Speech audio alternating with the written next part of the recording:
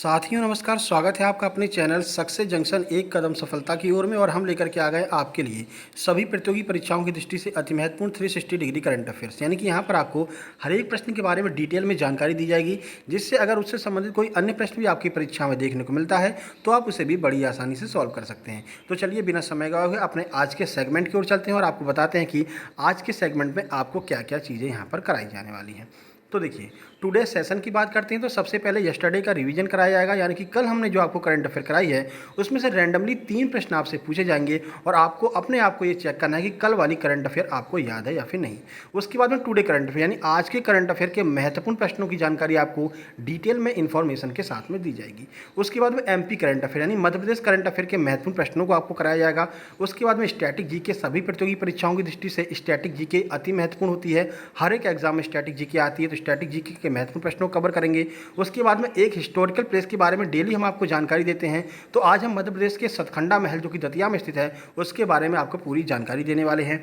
उसके बाद में होमवर्क विद स्क्रीनशॉट यानी कि डेली हम आपसे एक प्रश्न पूछते हैं, उसका जवाब जो लोग भी देते हैं उनका नाम आपको वीडियो के अंत में दिखाई देता है। और आज टुडे होमवर्क यानी आज भी हम आपसे एक प्रश्न पूछने वाले हैं जिसका जवाब देने पर वीडियो के अंत में कल वाली वीडियो में आपका नाम देखने को मिलेगा। तो चलिए शुरुआत करते हैं। सबसे पहले रिवीजन वाले प्रश्नों की ओर चलते हैं। आइए देखते हैं पहला प्रश्न। तो पहला प्रश्न है, CSIR ने नेत्रहीनों के लिए किस नाम से एक मशीन विकसित की है? दिव्य ज्योति, दिव्य नयन, प्रकाश ज्योति या फिर प्रकाश नयन। आंसर की बात करते हैं, सही आंसर बी यानी कि दिव्य नयन के नाम से CSIR ने नेत्रहीनों के लिए एक मशीन विकसित की है। चलिए इस अगला प्रश्न देखते हैं। 2022 के डिफेंस एक्सपो की मेजबानी कौन सा राज्य करेगा? गुजरात, राजस्थान, बिहार या फिर पश्चिम बंगाल। आंसर देख लेते हैं, सही आंसर है ए यानी कि गुजरात राज्य जो है 2022 के डिफेंस एक्सपो की मेजबानी करने वाला है। आगे देखते हैं अगला प्रश्न। ओलंपिक में हैट्रिक बनाने वाली पहली भारतीय महिला खिलाड़ी कौन बन गई हैं? भवानी सिंह, ऋतु रानी, वंदना कटारिया या रानी रामपाल। आंसर की बात करते हैं, सही आंसर सी यानी कि वंदना कटारिया यहाँ पर ओलंपिक में हैट्रिक बनाने वाली पहली भारतीय महिला खिलाड़ी बन गई हैं। तो ये कल का रिवीजन हो गया। इन सारे प्रश्नों के बारे में कल हम आपको डिटेल में जानकारी दे चुके हैं। तो आइए शुरुआत करते हैं टुडे करंट अफेयर 3 अगस्त 2021, महत्वपूर्ण प्रश्न, महत्वपूर्ण जानकारी विद डिटेल में। आइए देखते हैं पहला प्रश्न। तो अभी हाल ही में किस भारतीय शटलर ने ओलंपिक में कांस्य पदक जीता है? सानिया मिर्जा, साइना नेहवाल, पीवी सिंधु या फिर इनमें से कोई नहीं। आंसर की बात करें, सही आंसर सी यानी कि पीवी सिंधु ने अभी हाल ही में जो है यहाँ पर ओलंपिक में कांस्य पदक जीता है भारत के लिए। कुछ जानकारी आपको देते हैं। तो देखिए, भारतीय स्टार शटलर खिलाड़ी पीवी सिंधु ने महिला एकल में चीन की ही बिंग जियो को हराकर टोक्यो ओलंपिक में कांस्य पदक जीता है। पीवी सिंधु ने लगातार 2 व्यक्तिगत ओलंपिक कांस्य पदक जीतने वाली पहली भारतीय महिला खिलाड़ी बन करके यहाँ पर इतिहास रच दिया है। क्यों? तो देखिए, उन्होंने 2016 में रियो ओलंपिक में रजत पदक जीता था और अभी हाल ही में जो ओलंपिक हुआ इसमें उन्होंने कांस्य पदक जीता है। इससे पहले सुशील कुमार ओलंपिक खेलों में 2 व्यक्तिगत पदक जीत चुके हैं। तो सुशील कुमार जो कि एक पहलवान है, उन्होंने भी इससे पहले 2 ओलंपिक पदक जीता था लगातार। ठीक है, चलिए आगे बढ़ते हैं, अगला प्रश्न देखते हैं। तो जीका वायरस का पहला मामला कहां पर देखने को मिला है? पुणे महाराष्ट्र, लखनऊ उत्तर प्रदेश, पटना बिहार या फिर भोपाल मध्य प्रदेश। आंसर की बात कर लेते हैं, सही आंसर ए यानी कि महाराष्ट्र के पुणे में जीका वायरस का पहला मामला यहां पर देखने को मिला है। कुछ जानकारी आपको देते हैं, देखिए।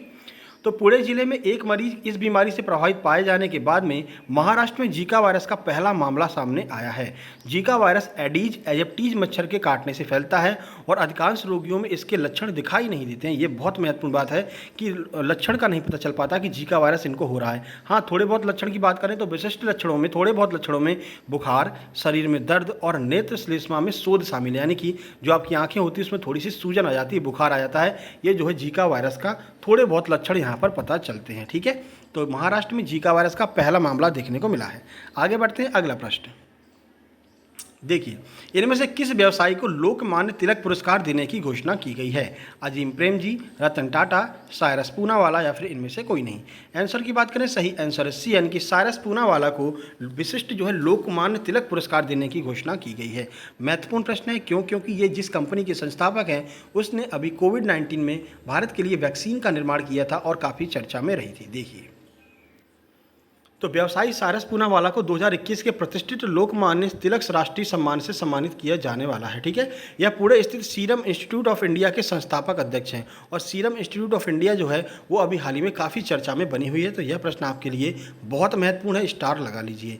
यह पुरस्कार पहली बार 1983 में दिया गया था। इसके प्राप्तकर्ताओं में पूर्व प्रधानमंत्री इंदिरा गांधी, अटल बिहारी वाजपेयी और डॉक्टर मनमोहन सिंह, इन तीनों लोगों को इससे पहले दिया जा चुका है। वही राष्ट्रपति की बात करते हैं तो राष्ट्रपति प्रणब मुखर्जी को भी यह पुरस्कार दिया जा चुका है। ठीक है, तो याद रखिएगा Cyrus Poonawalla, serum institute of Pune के संस्थापक को यह पुरस्कार दिया जाने वाला है। ठीक है, आगे बढ़ते हैं। विश्व स्तनपान सप्ताह कब से कब तक मनाया जाएगा? 1 से 7 अगस्त, 3 से 10 अगस्त, 5 से 12 अगस्त या फिर इनमें से कोई नहीं।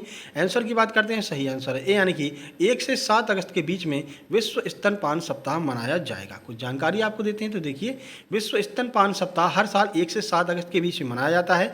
इसका उद्देश्य बच्चों के स्वास्थ्य और कल्याण दोनों के लिए स्तनपान से होने वाले लाभों को उजागर करना है।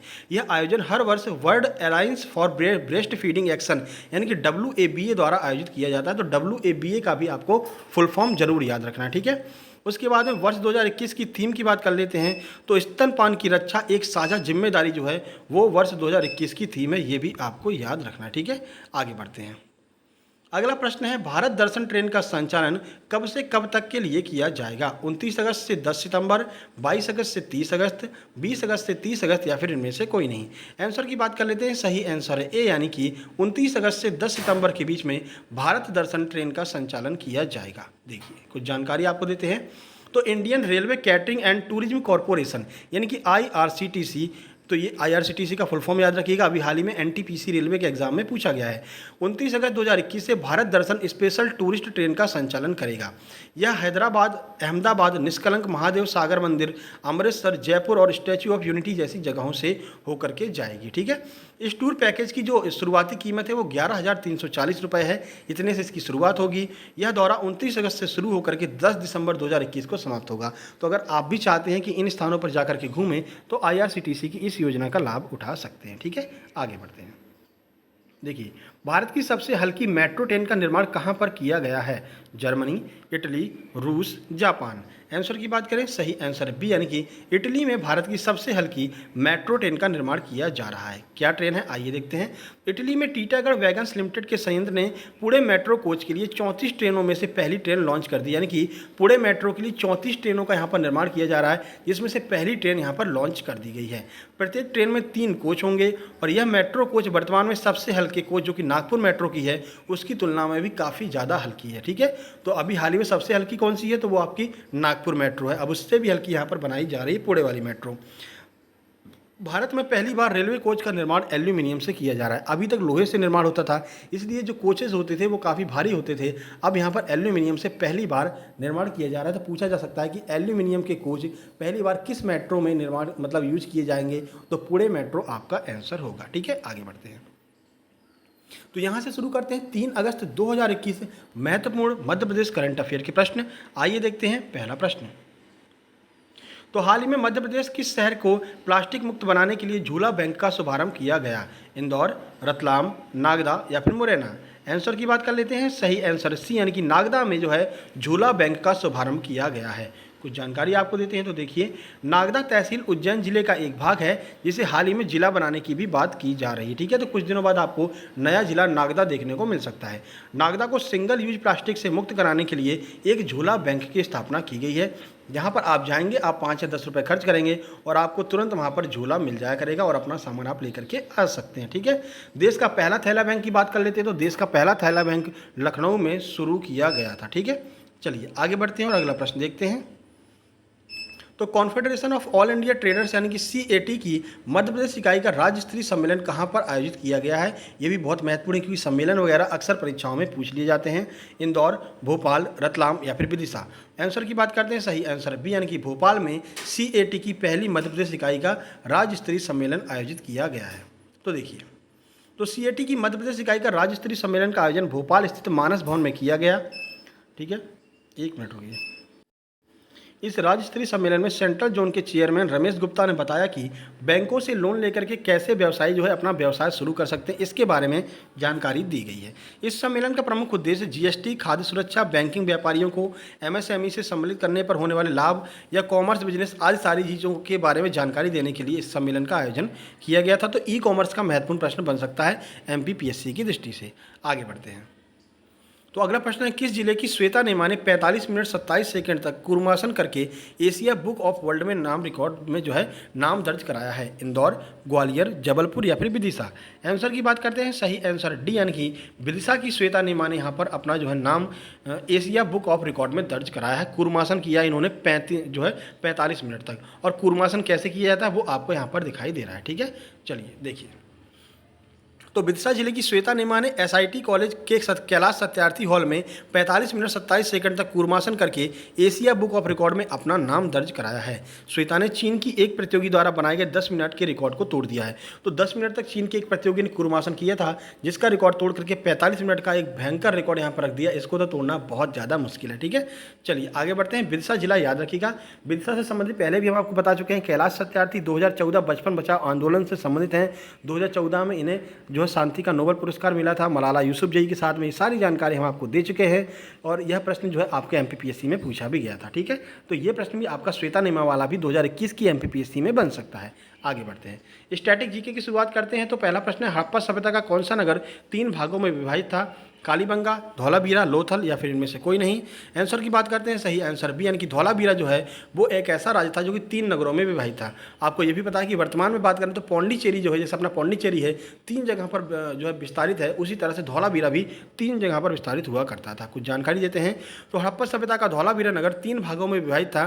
धौलावीरा की बात कर लेते हैं, वर्तमान गुजरात में है और अभी हाल ही में यूनेस्को की विश्व विरासत सूची में धौलावीरा को भारत के 40वें यूनेस्को स्थल के रूप में शामिल किया गया है। तो महत्वपूर्ण है, याद रखिएगा। आगे बढ़ते हैं।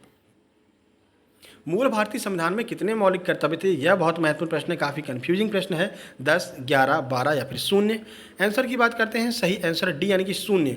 यानी कि जो मूल भारतीय संविधान है उसमें एक भी मौलिक कर्तव्य नहीं था। तो कब शामिल किया गया वो भी देख लेते हैं। तो मूल भारतीय संविधान में एक भी मौलिक कर्तव्य नहीं था। इसे 42वें संविधान संशोधन के द्वारा 1976 में 10 मौलिक कर्तव्यों को शामिल किया गया। और जो 11वां मूल कर्तव्य है वो आपका 86वें संविधान संशोधन 2002 के द्वारा शामिल किया गया था। तो वर्तमान में कितने जो आपके मूल कर्तव्य हैं? तो याद रखिएगा, वर्तमान में 11 मौलिक कर्तव्य हैं जिनको हमने रूस से लिया है। ठीक है, आगे बढ़ते हैं। अगले प्रश्न की बात कर लेते हैं। तो कार्ल लैंडस्टीनर ने इनमें से किसकी खोज की है? जीवित कोशिका, रक्त परिसंचरण तंत्र, रक्त समूह या फिर आनुवंशिकता के नियम? आइए आंसर देखते हैं और फिर आपको सारे ऑप्शन के बारे में बताते हैं। सही आंसर सी यानी कि रक्त समूह की खोज कार्ल लैंडस्टीनर के द्वारा की गई थी। देखिए बाकी के ऑप्शन की बात करते हैं। तो कार्ल लैंडस्टीनर ने रक्त समूह की खोज की थी। रक्त समूह ए, बी, ओ और ए बी की खोज जो है यहाँ पर कार्ल लैंडस्टीनर के द्वारा की गई थी। बाकी रक्त परिसंचरण तंत्र की बात करते हैं तो इसकी खोज विलियम हार्वे ने की थी। और जीवित कोशिका की बात करते हैं तो ल्यूवेन हॉक ने जीवित कोशिका की खोज की थी। और आनुवंशिकता के नियमों की बात करते हैं तो ग्रेगर जॉन मेंडल ने आनुवंशिकता के नियमों की खोज की थी। प्रश्न बनता है कि किस पौधे पर आनुवंशिकता के नियमों की खोज की गई? जेनेटिक्स की। तो याद रखिएगा, मटर के पौधे पर इन्होंने जेनेटिक्स की खोज की थी। यह प्रश्न भी कई बार पूछा गया है। आगे बढ़ते हैं। अगला प्रश्न है, वेदों में झेलम नदी को किस नाम से जाना जाता है? अस्कनी, वितस्ता, परिष्णी या फिर अगन्या? आइए आंसर देख लेते हैं। सही आंसर बी यानी कि झेलम को जो है वितस्ता नाम से जाना जाता है। बाकी के 3 ऑप्शन की बात कर लेते हैं। तो अस्कनी को वेदों में चेनाब कहते हैं, राबी को परिष्णी और गाय को अगन्या कहा जाता था। ये भी आपको याद रखना है। अगन्या का अर्थ होता है ना मारने योग्य, जिन्हें मारा नहीं जा सकता है। ठीक है, ये भी आपको याद रखना है क्योंकि कई बार परीक्षा में पूछा गया कि अगन्या का अर्थ क्या होता है। ठीक है, आगे बढ़ते हैं। अब यहाँ से शुरुआत करते हैं हमारा जो स्पेशल सेगमेंट है, जहाँ पर हम आपको एक पुरातात्विक धरोहर के बारे में बताते हैं। तो आज हम यहाँ पर सतखंडा महल के बारे में आपको जानकारी देने वाले हैं। तो सतखंडा महल दतिया में स्थित एक भव्य स्मारक है जिसे वीर सिंह देव पैलेस के नाम से भी जाना जाता है। इसका निर्माण 1615 ईस्वी में दतिया के संस्थापक महाराजा वीर सिंह देव बुंदेला के द्वारा करवाया गया था। इस महल की खासियत क्या है? तो इस महल की खासियत यह है कि यह 7 मंजिल का है। हालांकि शाही परिवार का एक भी सदस्य यहाँ कभी भी नहीं रहा है। ठीक है, तो शाही परिवार के लिए बनाया था, लेकिन शाही परिवार का एक भी सदस्य कभी भी नहीं रहा। 7 खंडों में विभाजित यानी 7 मंजिला यह इमारत है। ठीक है, जिसके कि 4 मंजिल जो हैं वो नीचे बनी हुई हैं और 3 मंजिल पृथ्वी के ऊपर बनी हुई हैं। ये बहुत महत्वपूर्ण विशेषता है इसकी। इतिहासकार अब्दुल हामिद लाहौरी 1635 में शाहजहां के साथ यहाँ पर आया था और उसने इस महल को बहुत ही भव्य और मजबूत महल कहा है। ठीक है, 1635 में आया था दतिया। उस समय इस महल को लगभग 35 लाख रुपए खर्च करके, यानी कि वर्तमान में 78,000 अमेरिकी डॉलर यहाँ पर खर्च करके बनाया गया था। उस समय ये बहुत ज़्यादा कीमत हुआ करती थी। ठीक है, चलिए, तो ये महत्वपूर्ण जानकारी थी आपकी सतखंडा महल के बारे में, जो कि दतिया में स्थित एक भव्य महल है। आगे बढ़ते हैं। तो अगला सेगमेंट है कल के प्रश्न का बात करते हैं। तो कल हमने आपसे पूछा था बंगाल का शोक किसे कहते हैं। तो सही आंसर है दामोदर नदी को बंगाल का शोक कहा जाता है और बिहार का शोक कोसी नदी को कहा जाता है। ये भी आपको याद रखना साथ ही साथ में। आइए देखते हैं किस किस ने सही जानकारी दी है। तो अंकिता निगम ने सबसे पहले बताया है बंगाल का शोक दामोदर रिवर, बिहार का शोक कोसी रिवर। बहुत बहुत धन्यवाद आपका। उसके बाद सचिन पारासार ने दामोदर रिवर बताया है। धनराज डामोर ने बिल्कुल सही बताया है कि दामोदर को नदी को कहा जाता है। इसका उद्गम स्थल भी बताया है और कब कौन सी घाटी परियोजना चल रही है ये भी बताई है। बहुत बहुत धन्यवाद आपका दामोदर जी, धनराज दामोर जी। उसके बाद में पूजा दांगी ने दामोदर रिवर बताया है। पुरुषोत्तम परमार ने यहाँ पर अच्छी जानकारी दी है। राधेश्याम शुक्ला ने वेरी नाइस क्लास कहा है। अवंतिका शुक्ला ने गुड मॉर्निंग कहा है। गुड मॉर्निंग आपको। शिल्पा वानखेड़े ने दामोदर बताया है। सीमा मांगड़े ने धन्यवाद कहा है। बहुत धन्यवाद आपको। उसके बाद में राजा दीपके ने कहा है कि एमपीपीएससी की क्लास कब से स्टार्ट होगी। बस आज या कल से आपकी एमपीपीएससी क्लास स्टार्ट हो जाएगी। थोड़ा सा यहाँ पर मैनेज करना पड़ेगा आपको, थोड़ा सा यहाँ पर मतलब कि एक जगह पर स्थिर नहीं है, जगह जगह पर जाना पड़ रहा है, इस वजह से जो थोड़ी सी परेशानी आ रही है। जल्दी स्टार्ट हो जाएगी, निश्चिंत रहिए। आगे आज के प्रश्न की बात करते हैं। तो अंतिम मुगल सम्राट कौन था जिसे रंगून भेज दिया गया था, ये आपको कमेंट बॉक्स में कमेंट करके बताना है। तो बताइएगा कि अंतिम मुगल बादशाह कौन था जिसे रंगून भेज दिया गया था, जहाँ पर उसकी मृत्यु हो गई थी। ठीक है, रंगून को वर्तमान में म्यांमार कहा जाता है। ये वीडियो पसंद है, वीडियो को लाइक कीजिए, दोस्तों के पास शेयर कीजिए, चैनल को सब्सक्राइब करके नोटिफिकेशन बेल जरूर दबा लीजिए, क्योंकि डेली हम आपको सुबह 7:30 बजे करंट अफेयर की वीडियो और दोपहर में 12:30 बजे प्रैक्टिस सेट एमपीपीएससी और एमपी पुलिस के लिए लेकर के आने वाले हैं। जल्द ही मिलते हैं एक नई वीडियो में, तब तक के लिए नमस्कार, धन्यवाद।